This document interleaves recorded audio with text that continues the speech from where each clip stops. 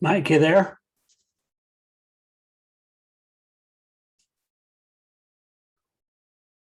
Haribo, Mike.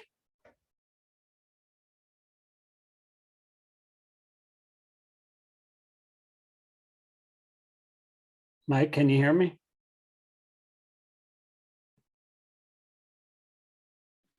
Hare Krishna. Haribo, how are you? Doing all right today. How about yourself? I just finished the Srimad Bhagavatam. Yeah, I saw your post. That's a mighty accomplishment. 9 months. Yeah, almost 9 months, about 8.5. Okay. It's actually the third time I've read the audiobook, but the first time it was really bad quality. The second time I didn't read the Sanskrit or anything. And then the third time I'd read everything with the Sanskrit, the synonyms and everything. So it's probably about 1/3 longer with all that. Yeah. So let me see here. Are you going to share your screen there, or you want to just? No, I'm not. Oh, I haven't. Okay, sorry. It's all right. I mean, yeah, I don't. I know nobody wants to see me. If you don't want to be seen, that's all right too. I like your pictures of Srila Prabhupada in the background there. Those are nice. Thank you. Let's see here. Where is my?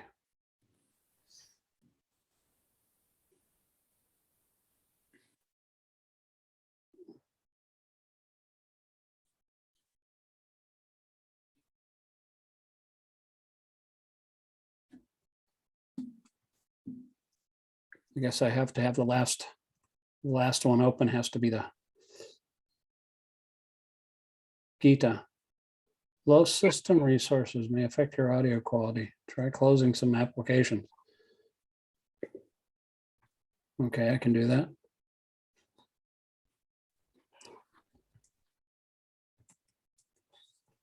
Sorry for the delay.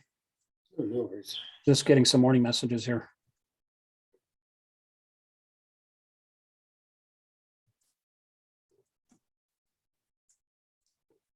The next book I'm reading is the Chaitanya Charitamrita with Bengali. Okay. Hopefully I can. I really haven't tried to read that much Bengali. You know, some verses here and there, but it's kind of the same, not really that much different. It's a lot more poetic and it flows a little bit better. So let's see here. Let me see if I can try this again. Launch the share screen.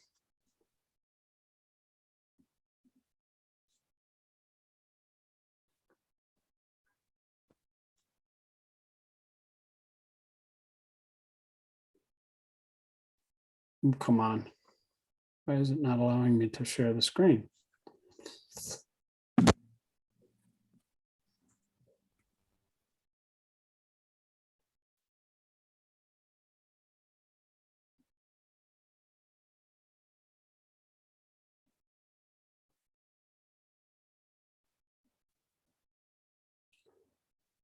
I guess I'll just close all the windows besides the one and I'm.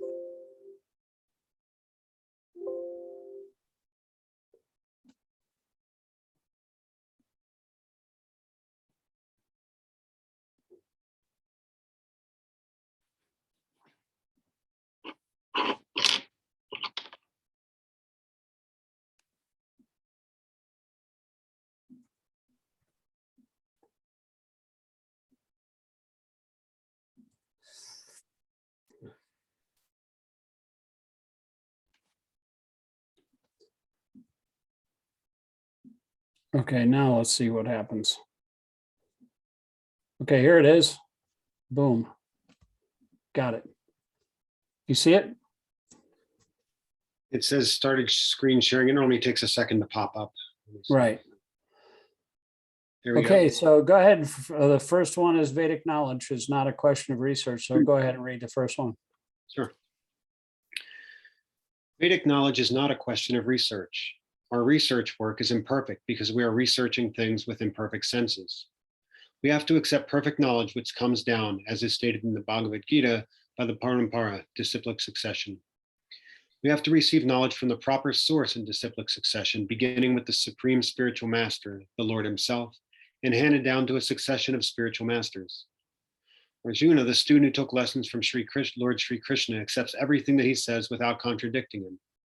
One is not allowed to accept one portion of Bhagavad-gītā and not another. No. We must accept Bhagavad-gītā without interpretation, without deletion, and without our own whimsical participation in the matter. The Gita should be taken as the most perfect presentation of Vedic knowledge. Vedic knowledge is received from transcendental sources, and the first words were spoken by the Lord himself. The words spoken by the Lord are called apaurusheya, meaning that they are different from words spoken by a person of the mundane world who is infected with the 4 defects. A mundaner is sure to commit mistakes, is invariably illusioned, has the tendency to cheat others, and is limited by imperfect senses. With these 4 imperfections, one cannot deliver perfect information of all pervading knowledge. Yeah. I mean, Prabhupada doesn't mince words here, you know, you can't just like have like one half of one thing, accept one thing and reject another. You have to accept the whole thing. And now some people might say that that's, that's like throwing away your intelligence. But the thing is, if you don't understand something and if it doesn't make sense to you, like just continue hearing, because that's the only way you can understand the subject matter anyway. If we try to figure it out with our tiny brains, it's not going to work. So if you just keep on hearing from the spiritual sources, sooner or later it's going to make sense, because all contradictions are eventually reconciled by the mercy of Lord Chaitanya. So Vedic knowledge is not imparted by such defective living entities. It was imparted unto the heart of Brahma, the first created living being, and Brahma in his turn disseminated this knowledge to his sons and disciples as he originally received it from the Lord. The Lord is Purnam, all perfect, and there's no possibility of his becoming subjected to the laws of material nature. One should therefore be intelligent enough to know that the Lord is the only proprietor of everything in the universe, that he is the original creator, the creator of Brahma. In the 11th chapter, the Lord is addressed as Prapitamaha, because Brahma is addressed as Pitamaha, the grandfather, and he is the creator of the grandfather. So no one should claim to be the proprietor of anything. One should only accept things to set aside by him for the Lord as his quota for maintenance. I was just reading the last chapter of the Bhagavatam. It was talking about how the Krishna first spoke the Bhagavatam to Brahma before the creation, while he was still sitting on the lotus flower, you know. So that's pretty amazing. And it doesn't have anything to do with time or place, you know, but, you know, as living entities, we're in the material world, we're always accustomed to thinking in terms of creation and destruction, these in time sequences, but these things are not existing in the spiritual world.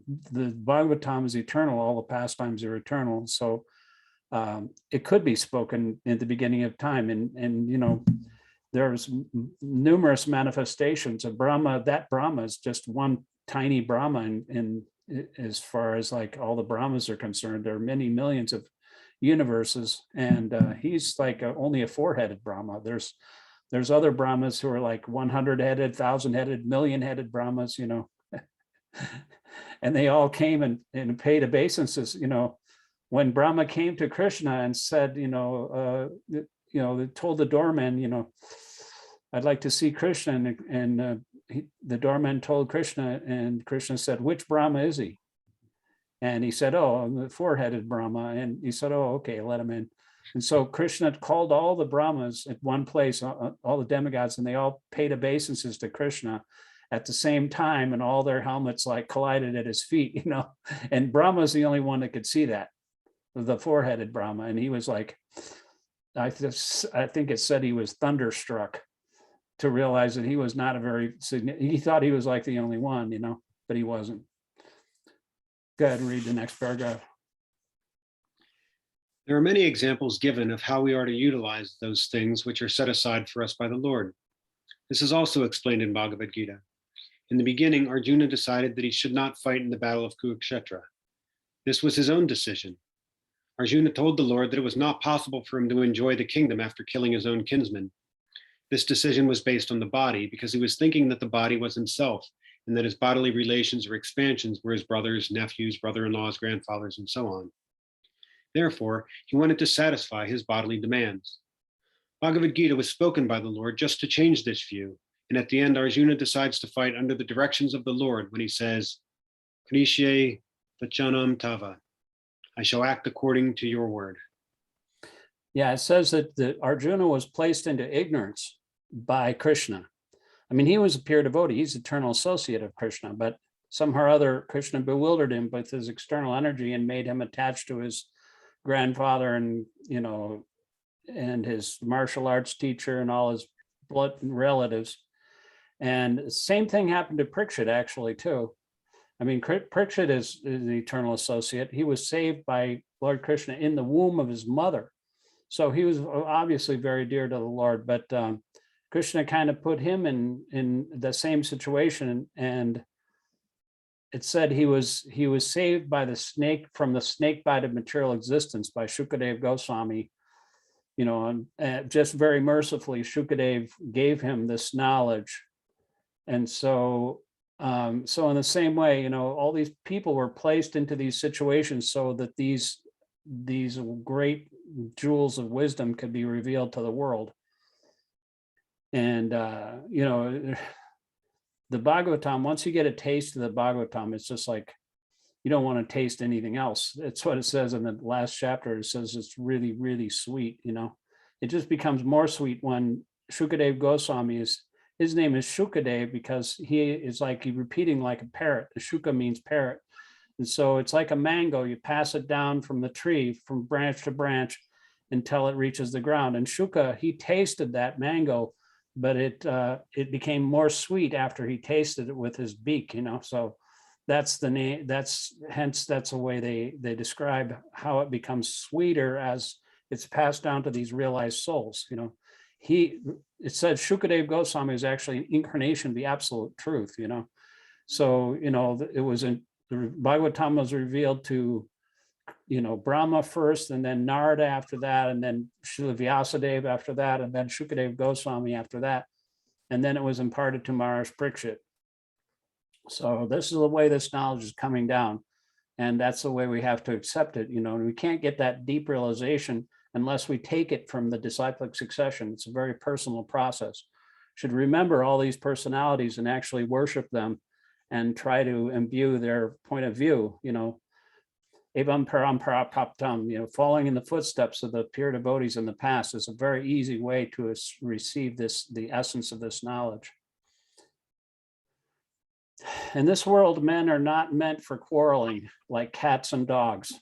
Men must be intelligent to realize the importance of human life and refuse to act like ordinary animals. A human being should realize the aim of his life, and this direction is given in all Vedic literatures, and the essence is given in Bhagavad-gītā. Vedic literature is meant for human beings, not for animals. Animals can kill other animals, and there's no question of sin on their part. But if a man kills an animal for the satisfaction of his uncontrolled taste, he must be responsible for breaking the laws of nature. In the Bhagavad-gītā, it's clearly explained that there are three kinds of activities according to the different modes of nature: the activities of goodness, passion, and ignorance. Similarly, there are three kinds of eatables also: eatables in goodness, passion, and ignorance. All of this is clearly described, and if we properly utilize the instructions of Bhagavad-gītā, then our whole life will become purified, and ultimately we'll be able to reach the destination which is beyond this material sky. Go ahead. That destination is called the Sanatan sky, the eternal spiritual sky. Tad gatvana nivartante tad dhamma paraman mama. In this material world, we find that everything is temporary. It comes into being, stays for some time, produces some byproducts, dwindles, and then vanishes. That is the law of the material world, whether we use as an example this body or a piece of fruit or anything. But beyond this temporary world, there is another world, which we have information. That world consists of another nature, which is Sanatan, eternal. The jiva is also described as sanatana, eternal, and the Lord is also described as sanatana in the 11th chapter. We have an intimate relationship with the Lord, and because we are qualitatively one, the Sanatan Dhamma, or sky, the Sanatan Supreme Personality, and the Sanatan living entities, the whole purpose of Bhagavad-gītā is to revive our Sanatan occupation, or Sanatan Dharma, which is the eternal occupation of the living entity. We are temporarily engaged in different activities, but all of these activities can be purified when we give up these temporary activities and take up the activities which are prescribed by the Supreme Lord. That is called our pure life. The Supreme Lord and his transcendental abode are both Sanatan, as are the living entities, and the combined association of the Supreme Lord and the living entities in the Sanatan abode is the perfection of human life. The Lord is very kind to the living entities because they are his sons. Lord Krishna declares in Bhagavad-gītā, Sarva Yonishu Aham Bhaja Pita Pita, I am the father of all. Of course, there are all types of living entities according to their various karmas, but here the Lord claims that he's the father of all of them. Therefore, the Lord descends to reclaim all these fallen conditioned souls, to call them back to the Sanatan, eternal sky, so that the Sanatan living entities may regain their eternal Sanatan positions in eternal association with the Lord. The Lord comes himself in different incarnations, or he sends his confidential servants as sons, or his associates, or acharyas, to reclaim the conditioned souls. Yeah, just like Jesus, he comes down, and he says the same thing as Krishna. Jesus says, surrender to the Father. And Krishna says, I'm the father of all, surrender to me. So it's the same thing. There's no difference between the two messages. So you can read the next paragraph here. Therefore, Sanatan Dharma does not refer to any sectarian process of religion. It is the eternal function of the eternal living entities in relationship with the eternal Supreme Lord. Sanatan Dharma refers, as stated previously, to the eternal occupation of the living entity. Sripada Ramanujacharya has explained the word Sanatan as that which has neither beginning nor end. So when we speak of Sanatan Dharma, we must take it for granted on the authority of Sripada Ramanujacharya that it has neither beginning nor end. The English word religion is a little different from Sanatan Dharma. Religion conveys the idea of faith, and faith may change. One may have faith in a particular process, or he may change his faith and adopt another. But Sanatan Dharma refers to that activity which cannot be changed. For instance, liquidity cannot be taken from water, nor can heat be taken from fire. Similarly, the eternal function of the eternal living entity cannot be taken from the living entity. Sanatan Dharma is eternally integral with the living entity. When we speak of Sanatan Dharma, therefore, we must take it for granted on the authority of Sripada Ramanujacharya that it has neither beginning nor end. That which has neither beginning nor end must be not be sectarian, for it cannot be limited by any boundaries. Those belonging to some sectarian faith will wrongly consider that Sanatan Dharma is also sectarian. But if we go deeply into the matter and consider it in the light of modern science, it is possible for us to see that Sanatan Dharma is the business for all the people of the world, nay, of all living entities in the universe.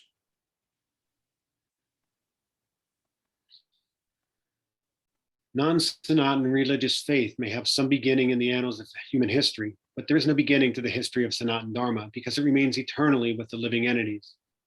Insofar as the living entities are concerned, the authoritative Shastras state that the living entity has neither birth nor death. In the Gita, it is stated that the living entity is never born and he never dies. He is eternal and indestructible, and he continues to live after the destruction of his temporary material body. In reference to the concept of Sanatan Dharma, we must try to understand the concept of religion from the Sanskrit root meaning of the word. Dharma refers to that which is constantly existing with a particular object. We conclude that there is heat and light along with fire. Without heat and light, there is no meaning to the word fire. Similarly, we must discover the essential part of the living being, that part which is his constant companion. That constant companion is his eternal quality, and that eternal quality is his eternal religion.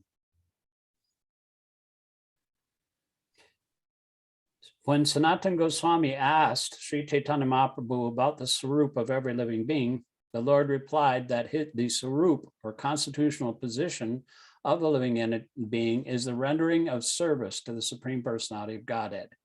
If we analyze this statement of Lord Chaitanya's, we can easily see that every living being is constantly engaged in rendering service to another living being. A living being serves other living beings in various capacities. By doing so, the living entity enjoys life. The lower animals serve human beings as servants serve their master. A serves B master, B serves C master, C serves D master, and so on. Under these circumstances, we can see that one friend serves another friend. A mother serves the son, the wife serves the husband serves the wife, and so on. If we go on searching in the spirit, it will be seen that there is no exception in the society of living beings to the activity of service. The politician presents his manifesto for the public to convince them of their capacity for service. The voters therefore give the politician their valuable votes, thinking that he will render valuable service to society. The shopkeeper serves the customer, the artisan serves the capitalist serves the family serves the state in the terms of the eternal capacity of the eternal living entity. In this way, we can see that no living being is exempt from rendering service to other living beings, and therefore we can safely conclude that service is the constant companion of the living being, and that the rendering of service is the eternal religion of the living being.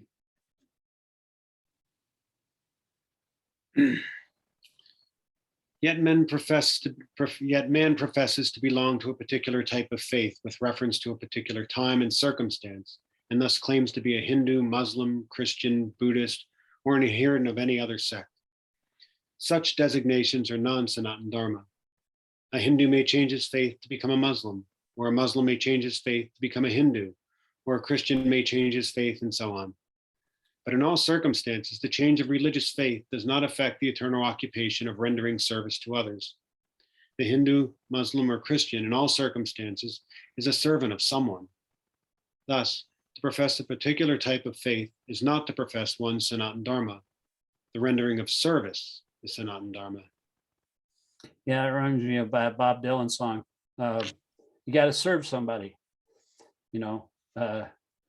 It says you might like to drink whiskey, you might like milk, it may be black or poor, you might be, blind or lame, living in another country under another name, they still got to serve somebody. Everybody's serving somebody. That's the nature of the living entity. But ultimately, one cannot be happy unless one places his service in the person who is the root of all existence, the Supreme Personality of Godhead. Then we are actually happy because Krishna is happy, and he can also make us happy if we please him. So pleasing him is the key to success. That is the key to selfless service. If we're actually trying to help Krishna enjoy and serve him in his mission. It's not our mission. We're not big preachers. We're not anything. We're just trying to help.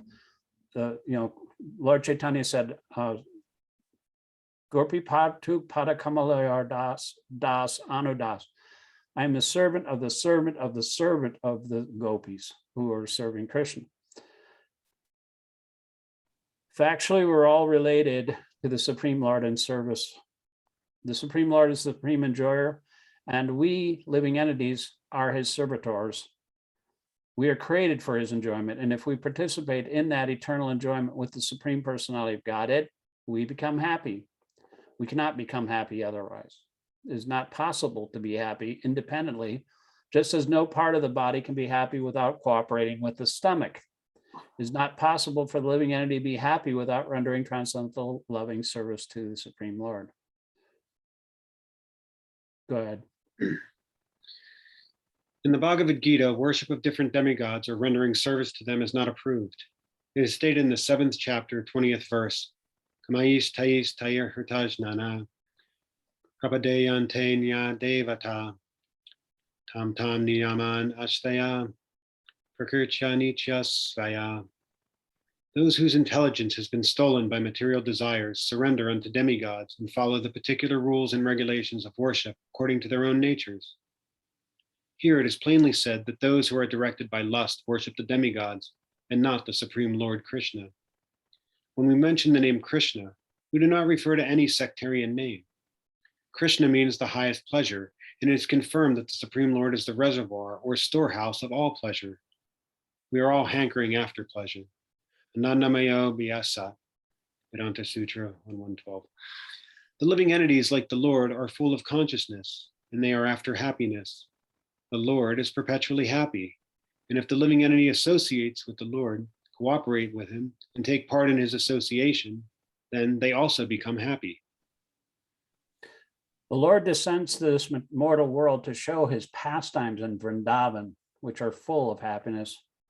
When Lord Sri Krishna was in Vrindavan, his activities with his cowherd boyfriends, with his damsel friends, or with the other inhabitants of Vrindavan and with the cows were all full of happiness. The total population of Vrindavan knew nothing but Krishna.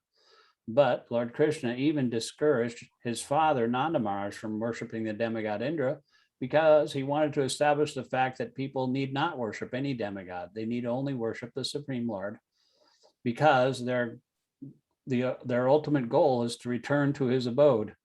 You're pretty good at reading this Sanskrit, so I'll let you read the next one too. Okay. The abode of Lord Sri Krishna is described in the Bhagavad-gītā, 15th chapter, 6th verse. Natad Bhasyate Suryo, Na Shashanko Na Pavaka, Yadgatva Ni Nirvantate or Nirvantante, Tadama Paramam Maman. That supreme abode of mine is not illuminated by any sun or moon, nor by fire or electricity. Those who reach it never return to this material world.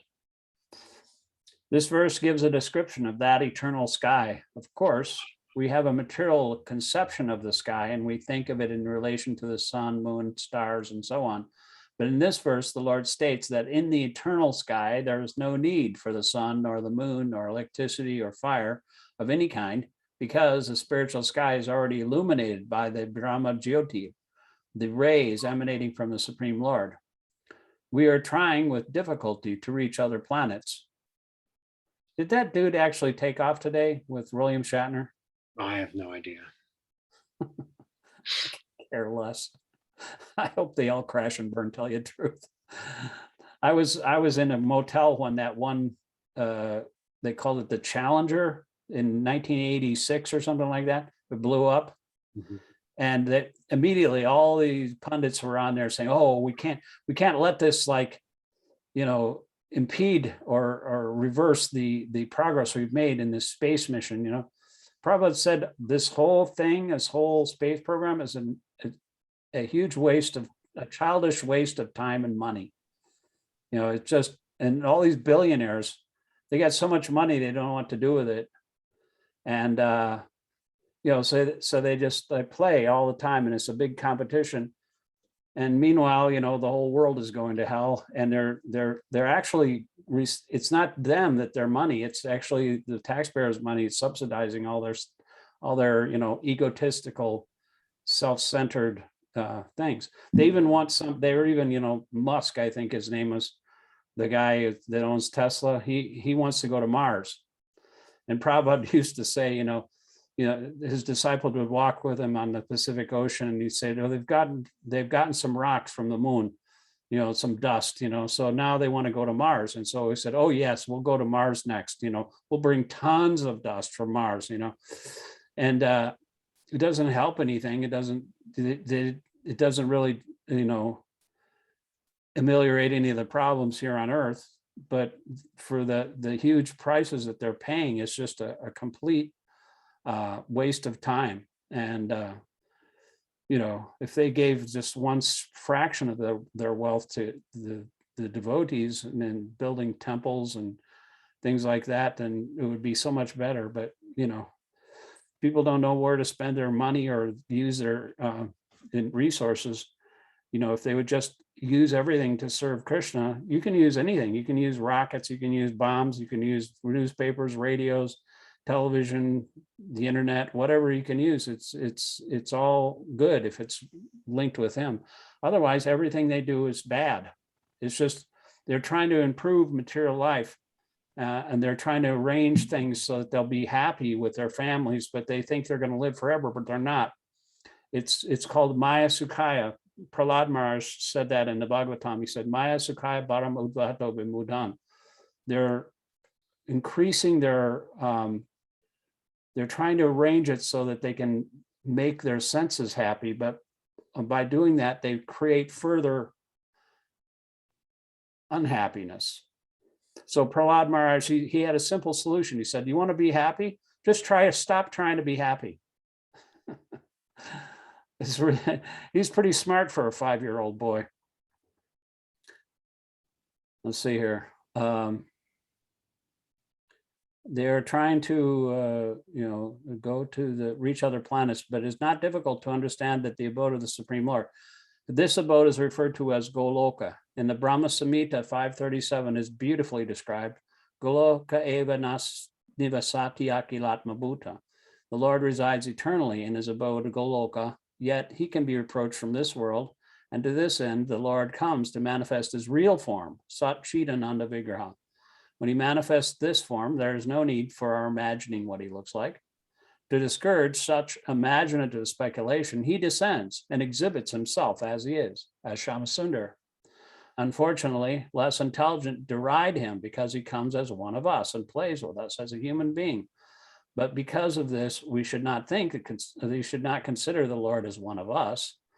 It is by his omnipotency that he presents himself in his real form before us and displays his pastimes, which are replicas of those pastimes found in his abode.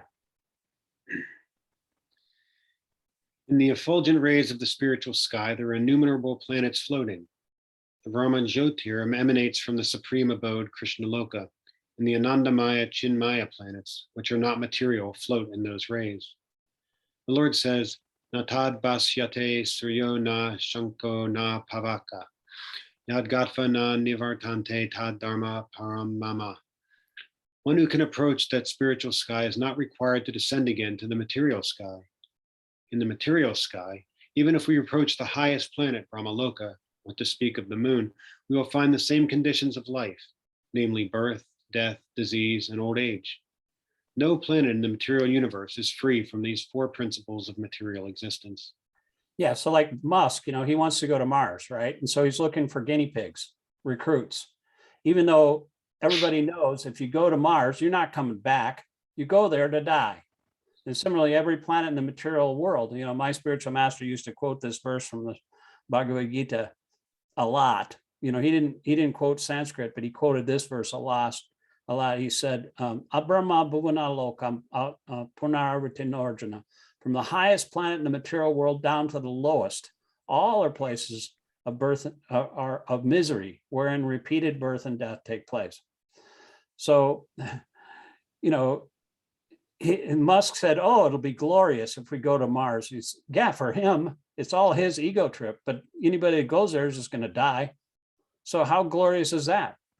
You're a sucker if you follow his plan. He's just, he wants to kill you for his own glory. Go ahead.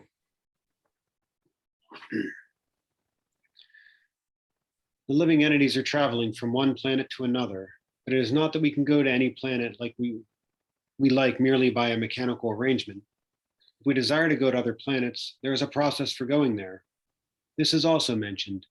Yanti deva vrata devan purtan yanti pratir vrata. No mechanical arrangement is necessary if we want interplanetary travel. The Gita instructs Yanti deva vrata devan. The moon, the sun, and higher planets are called Sarvargloka. There are 3 different statuses of planets: higher, middle, and lower planetary systems.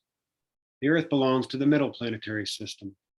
Bhagavad-gītā informs us how to travel to the higher planetary systems, Devaloka, with a very simple formula. Yanti Deva Vrta Devan.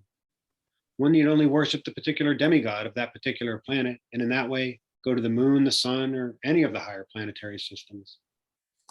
Yeah, I remember when I was first became a devotee, I picked up that book by Prabhupada. It's one of his first books. He wrote it before he came to America, actually.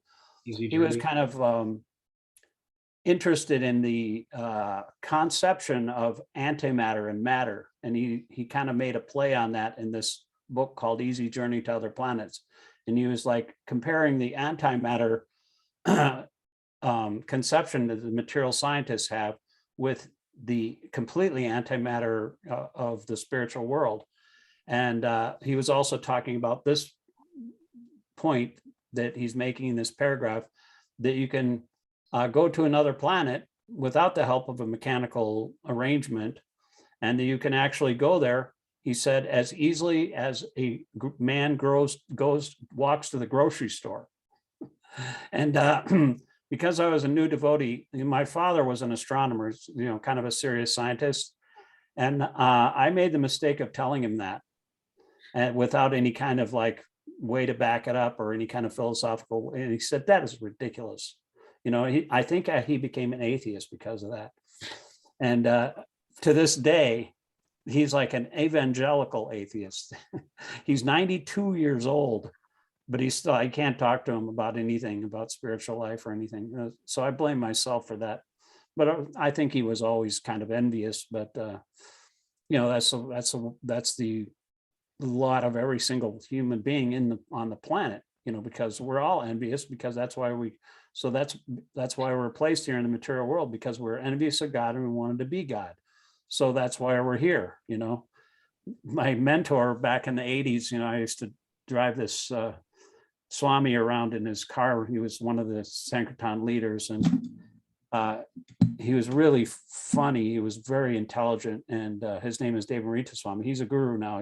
He lives in New Zealand, but he used to say that if you wake up in the morning and see a material body in the mirror, you've made a mistake. So that's people don't realize that they think that this planet's very nice, but actually we're not meant to live here. We're or any other planet, because we're meant to live eternally in the spiritual world. And until we do that, we'll never be happy. It doesn't matter what kind of thing you arrange for the conditioned soul, they'll never be happy. Just like St. Augustine, I think he said, the soul is restless until it rests in thee. So we have to rest in the spiritual world where our real home is, and go back home, back to Godhead. Go ahead, read next paragraph. Yet Bhagavad-gītā does not advise us to go to any of the planets in this material world, because even if we go to Brahmaloka, the highest planet, through some sort of mechanical contrivance by maybe traveling for 40,000 years, who would want to live that long, we will still find the material inconveniences of birth, death, disease, and old age. But one who wants to approach the supreme planet, Krishnaloka, or any other planet within the spiritual sky, will not meet with these material inconveniences. Amongst all of the planets in the spiritual sky, there is one supreme planet called Goloka Vrindavan, the original planet in the abode of the original personality of Godhead, Sri Krishna. All of this information is given in Bhagavad-gītā, and we are given through its instruction information on how to leave the material world and begin a truly blissful life in the spiritual sky. See, all this information is there in the Gita, and just like if you want to go to another country, you read the brochures and you look on the internet, you see, oh, well, this is a nice place, and then you make arrangements to go there. So similarly, the only way we can have information about the spiritual world or even other material planets is to get information from the Vedas. Vedas contain all information because Krishna knows everything. He's everywhere. He knows everything. He's omniscient, omnipresent, and he can tell you whatever you want to know. And once you know Krishna, you know everything. So, there's no other way to get this information because our senses are limited. Even with the telescopes and all these other kinds of contrivances, we can't understand through our empirical method anything of the spiritual world because it's beyond our mind and senses. You're not allowed into the spiritual realm through even the mental process. You can travel at the speed of the mind and go forever, but you never reach a spiritual world. It's beyond our material ability to go there. But we can get information of how to go there, exactly how to go there. Anyway, I think we'll end here because it is 6:40, and I think that it's going to cut off here pretty soon. But thank you for joining again, and I'll talk to you next time. You're the most regular, participator here. I wonder if Ram and my trail will come back, That'd be but nice. we'll see. I invited a whole bunch of other people. I do that every time, but we'll see. It'll grow eventually, hopefully. Do you take part in any other Zoom podcasts or anywhere? No. There's one I'm just checking out, the Bhakti Center in New York City. Okay. That starts at like, I think 7 a.m. And then of course we have our New Vrindavan. They don't have a Zoom class, but New Vrindavan has their Facebook live video of the Srimad Bhagavatam class from 8 to 9 in the morning. And that's on mypur.tv. But I'll send you the link to the Bhakti Center. Okay. That's right behind the original Prabhupada's original New York City center, that the first storefront that he opened in New York in 1966. 26 2nd Avenue was the Matchless Gifts storefront, and all the hippies there were, gathering in the park, in Tompkins Square Park on the Lower East Side. And then right behind that, my spiritual master purchased a building on 25 First Avenue. It's like right across the block, the other side of between First and Second. So that is the Bhakti Center, and they have a lot of nice devotees there. And if you want to join in and check it out, I'll send you the link. Yeah. And you can, if you don't have anything to do in the morning at 7 o'clock, it's a nice way to start the day. If you don't have any devotee association, you can listen and actually chime in too. So I'll talk to you later, Prabhu, and thank you very much. Thank you. Hare Krishna. Hare Krishna.